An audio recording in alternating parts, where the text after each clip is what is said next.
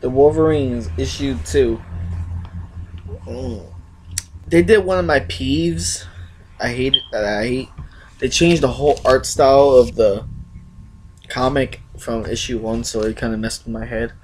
So it really, really irked me. I like the cover though. I like the cover. The cover's cool. I like it. First, we start off with the Wrecking Crew demolishing Mystique's team. Like, it's sad because I think the only people who stood their ground so far is Lady Deathstrike, X-23. Dakin could have, but you know what happened to him in the last issue. Sinister said, "Give me your eye! Give me your eye!" Pretty screwed up. As you can see here, like, you got Dakin yelling his head out, Shogun being held back, Sabretooth in the rubble beat down by a boulder, Bulldozer beating the mess out of, I think that's Nero, and yeah, Lady Deathstrike evading, oh, what's his name? Freak Show, I think, right? No, that was Bulldozer. I confused it with the other guy. But it's, this team is very unready because Mystique warned them, avoid the Wrecking Crew. The Wrecking Crew are a beast. Technically, that's what she said. They didn't listen, and look what happened.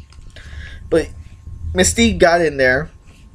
She stopped the Wrecking Crew from finishing off what they were going to do, and she made a deal with them. So they made like a small truce, and you know, she gave them a reason for the truce because she said either you take this truce or I'm going to find the people you love and I'm going to kill them. Everyone connected to you, I will kill, and you will not see it coming. So she threatened them, and they had to think about it and say, okay, we accept your truce. But I wonder what happens when Sinister finds out that, you know, they let Mystique and all of them live. I don't think he really cares because he got the body of Wolverine, so I was like, ugh. So they take Dakin in, trying to help him, and it turns out Shogun has a life syringe. Basically, it's a syringe that can bring you back from the nearest point of death. So he's arguing with the inner demon Shogun in his head. He's like, "I'll break the syringe, I'll break your arm. You don't think I could do it? You don't think I could do it?" And while this is going on in his head, everyone's debating because they're like, we should save that syringe for someone who actually has a healing factor, someone who could actually help us. No one knew Dakin lost his powers. So Sabretooth is saying, you know, we could save it and go straight fighting. You got Locke and Nero talking shit about him, saying we don't need him. He doesn't have a healing factor. X-23 went ballistic, threatening him. Because, you know, X-23, she doesn't really have family besides Dakin and Wolverine. So after arguing with his inner self, he actually sticks the syringe in Dakin, and Dakin just back to life and all that. And you see Dakin with the whole little inner demon shit going on. X-23 had a little bonding moment with Dakin, even though Dakin didn't say much. She just said, "You're the only family, sort of family I have left. I'm here for you anytime you need me." And Dakin shed a tear. Which is, that's one of those moments. Yeah, Sinister, which they made look like Dracula in the new art. Compared to the one in issue 1. Oh. Basically, they're scanning for all slight openings in the animanium for they can start basically stripping DNA or bone marrow and stuff. So they're scanning the whole body for itty bitty cracks and cracks in the animanium, which is pretty like hectic. Something tells me later on in the Wolverines, Wolverine might come back, but that's just an assumption. I don't think that's gonna happen. But yeah, it might. I like this art style. Keep it like this art style, Marvel, because the first one was way too cartoony. Then you got, basically they're setting up a plan to break into Sinister's headquarters, and because of that, it's because the arm that Sinister took has a transmitting device in that arm that was implanted by Nero. So Nero said if they're not looking for it, they ain't gonna find it, because Mystique was like this, oh, he'll find that in 10 seconds. It's like, no, it's imbued into like one of the DNA strands of the arm. So there's no way, unless he looks deep into that arm, to find that tracking device. So now they're planning. Mystique's warned them, saying being caught by Sinister is worse than death.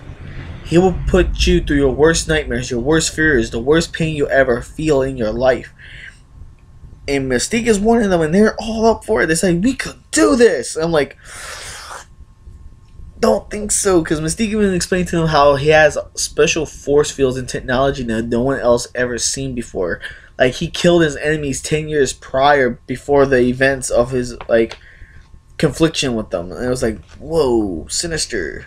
I always knew Sinister was badass, but they made him sound like a dark, evil, sadistic Orochimaru right now. Orochimaru and Sinister working together, that'd be creepy. See? Right there. Basically, they're still planning. They want to find a certain person to help them break in, though. Because he says breaking in is possible.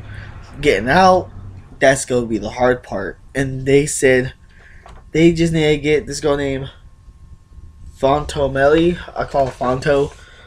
Like, if you see that name right there, if y'all can pronounce it, yeah.